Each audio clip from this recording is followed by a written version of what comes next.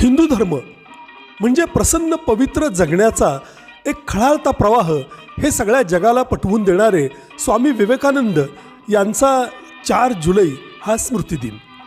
पाश्चात्य जगाला वेदांत आणि योगाच्या भारतीय दर्शनांचा परिचय करून देण्यात प्रमुख भूमिका बजावलेल्या स्वामी विवेकानंदांनी हिंदू धर्म हा कसा पवित्र, प्रसन्नता, आनंद, उदारता, जागृतता, औदार्य, शौर्य यांचा मिलाफ आहे हे पटवून दिलं आणि स्पष्टही करून सांगितलं. 19व्या शतकाच्या उत्तरार्धात हिंदू धर्माला प्रमुख जागतिक धर्माच्या दर्जात आणून आंतरधर्मीय जागरूकता वाढवण्याचं श्रेय विवेकानंदांना दिलं जातं. स्कॉटिश प्राचार्य डॉक्टर विल्यम हेस्टी म्हणतात की जग सगळं बघितलं परंतु नरेंद्रसारखी प्रतिभा आणि बुद्धिसामर्थ्य असलेला मुलगा अगदी जर्मन विद्यापीठातल्या तत्त्वज्ञानाच्या विद्यार्थ्यांमध्येही सापडला नाही.